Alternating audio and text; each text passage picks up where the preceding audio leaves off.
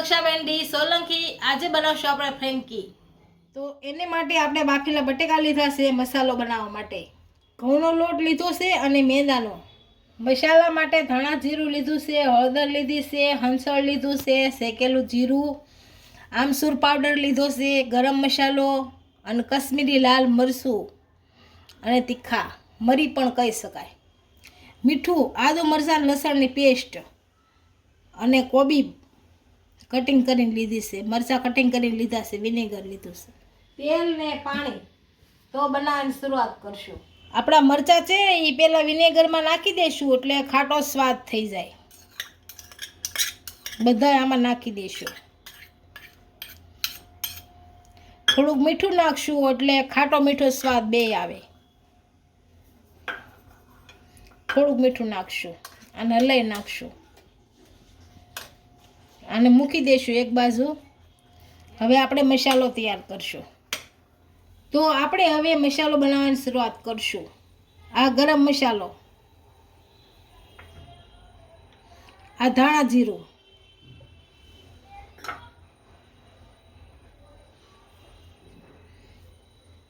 આ હંસળ પાવડર,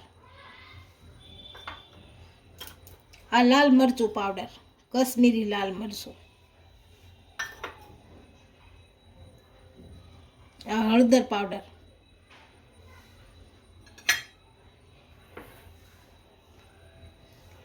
આ આમચૂર પાવડર,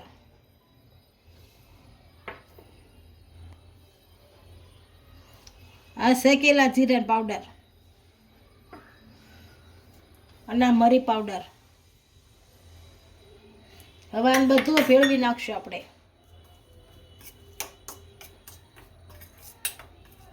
મસાલો તૈયાર થઈ ગયો છે આપણો ફ્રેન્કીનો મસાલો।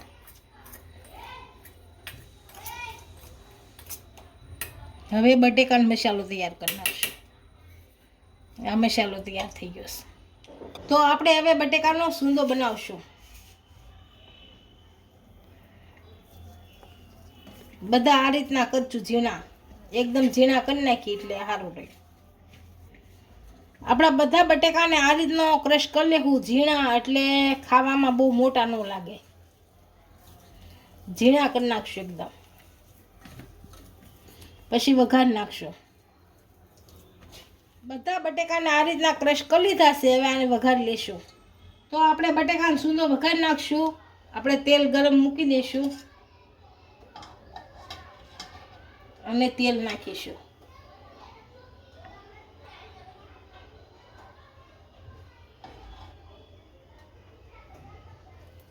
આપણું તેલ ગરમ થઈ ગયું છે। આદુ મરચાં અને લસણની પેસ્ટ જે બનાવી હતી નાખી દઈએ। આ ગરમ થવા દઈએ।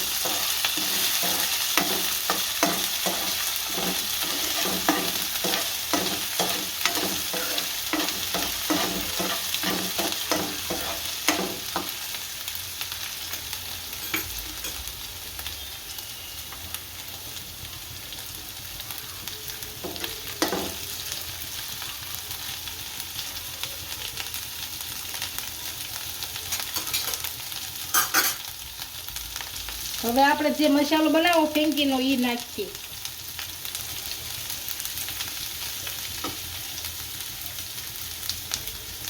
ત્રણ ચમચી।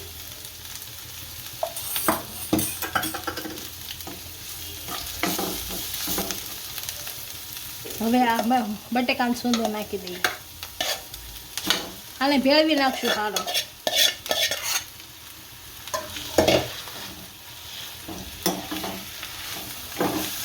ગેસ ધીમો જ રાખવાનો છે એકદમ, કેમ કે બળી ન જાય। સુગંધ મસ્ત આવે છે મસાલા।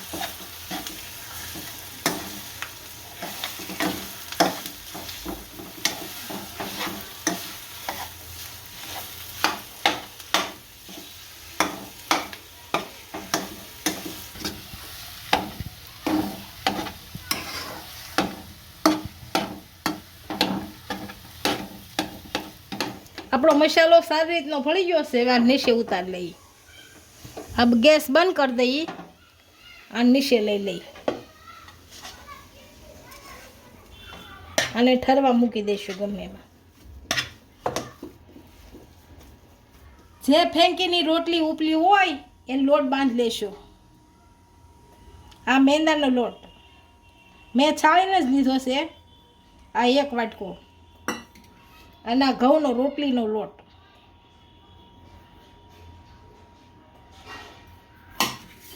આપણે આમાં થોડુંક મીઠું નાખશું, સ્વાદ અનુસાર જ નાખવાનું.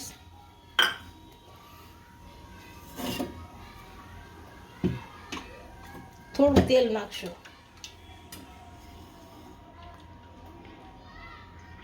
2 પાવડા નાખશું.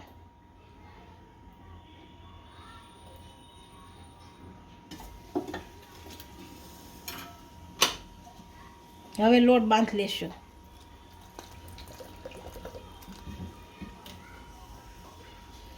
લોટ બહુ કઠણાય નહીં, બહુ ઢીલોય નહીં, એવો બાંધવાનો છે. આપણો લોટ બંધાઈ ગયો છે. આને હવે મોણ આપી દઈશું, એટલે કૂણવી નખાય સારો.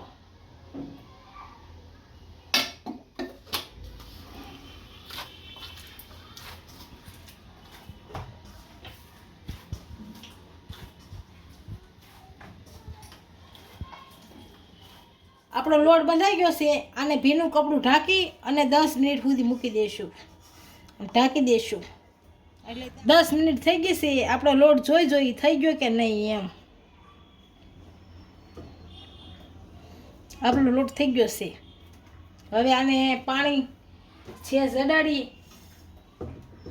આમ તો પાણીની કાંઈ જરૂર નહીં. હવે તેલ લડાડી અને હારો કરી નાખીએ. આપણે લોટ મહળાઈ ગયો છે. હવે આ નાની નાની રોટલી બનાવી નાખીએ. આ રીતની બનાવવાની, નાની નાની.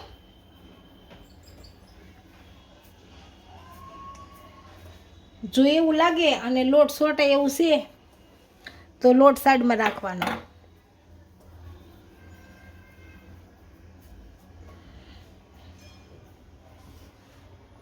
મેં મેંદાનો લોટ થોડોક રાખ્યો હતો, આ મૂકી દેવાનામાં.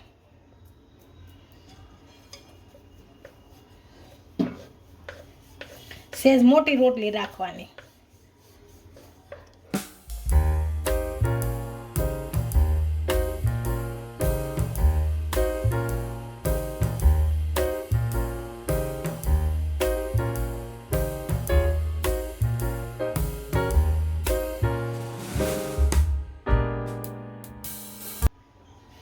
આ રીતની બધી રોટલી વાળી લેવાની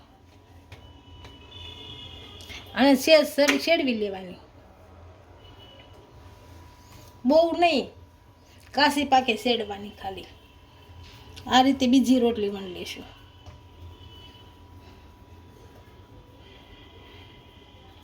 આ રોટલી એક બાજુ સડી ગઈ છે, આપણે બીજી બાજુ ફેરવી લેશું.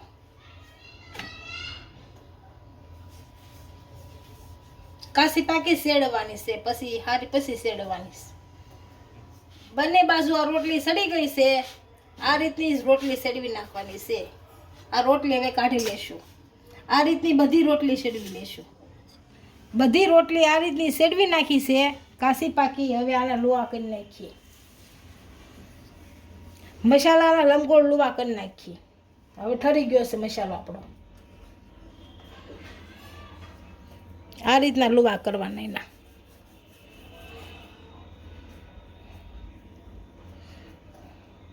આ રીતના લુવા કરી નાખવાના. બધા આવા લુવા કરી નાખશું. આપણા લુવા તૈયાર થઈ ગયા છે. આને તેલમાં શેકી લેવું. થોડુંક તેલ નાખું.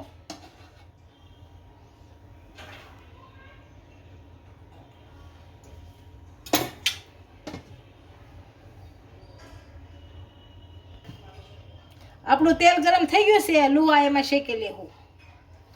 જેમ મૂક્યા હતા એમ મૂકી દેવું લાઈનમાં.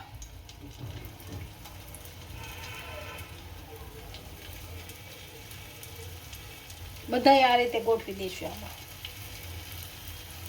બે બાજુ હારા છેડવી નાખશું.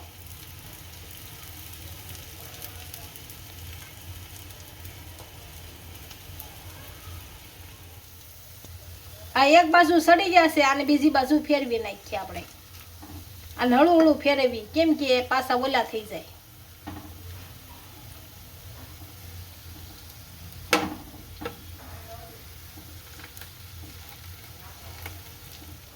આપણા લુવા સડી ગયા છે, આને કાઢી લેશું હવે. આ ચડી ગયા છે, આને કાઢી લઈએ આપણે.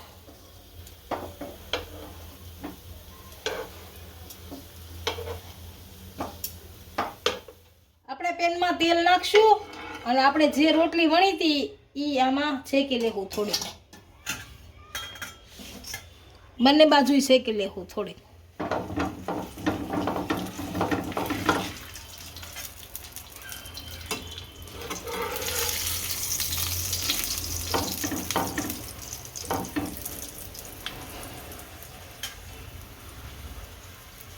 આપણે જે બટેકાનો મસાલો બનાવ્યો એ મૂકી દેવું.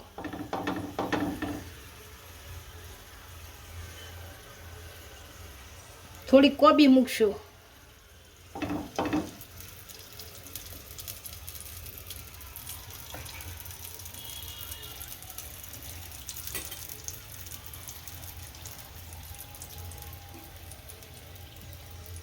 થોડાક વિનેગર વાળા મરચાં છે એ મૂકશું.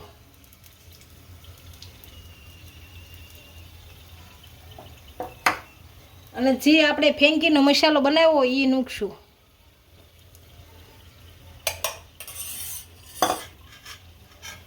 અને આપણે સીઝ ખમણશું થોડુંક. ગેસ એકદમ ધીમો જ રાખવાનો છે, ફૂલ નહીં.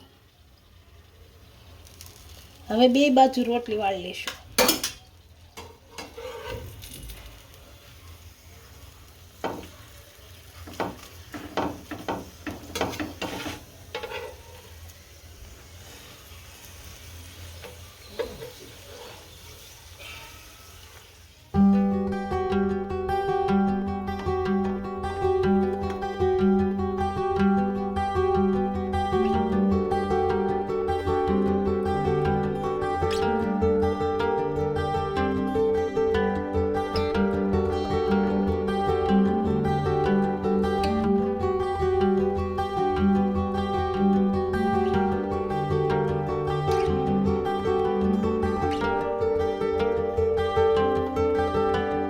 ફેંકી તૈયાર થઈ ગઈ છે, એક ડીશમાં સર્વ કરી લઈશું.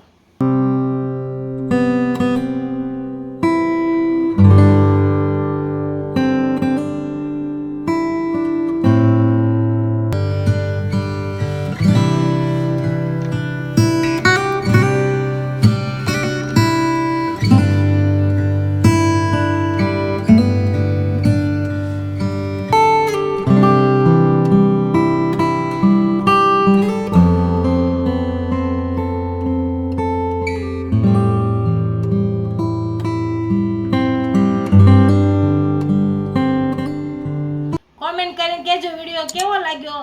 જો વિડીયો ગમ્યો હોય તો લાઈક, શેર અને સબસ્ક્રાઇબ કરી દેજો. મળીએ નવા વિડીયો સાથે. ઇન્સ્ટાગ્રામ અને ફેસબુક પર ફોલો કરવા નહીં ભૂલતા.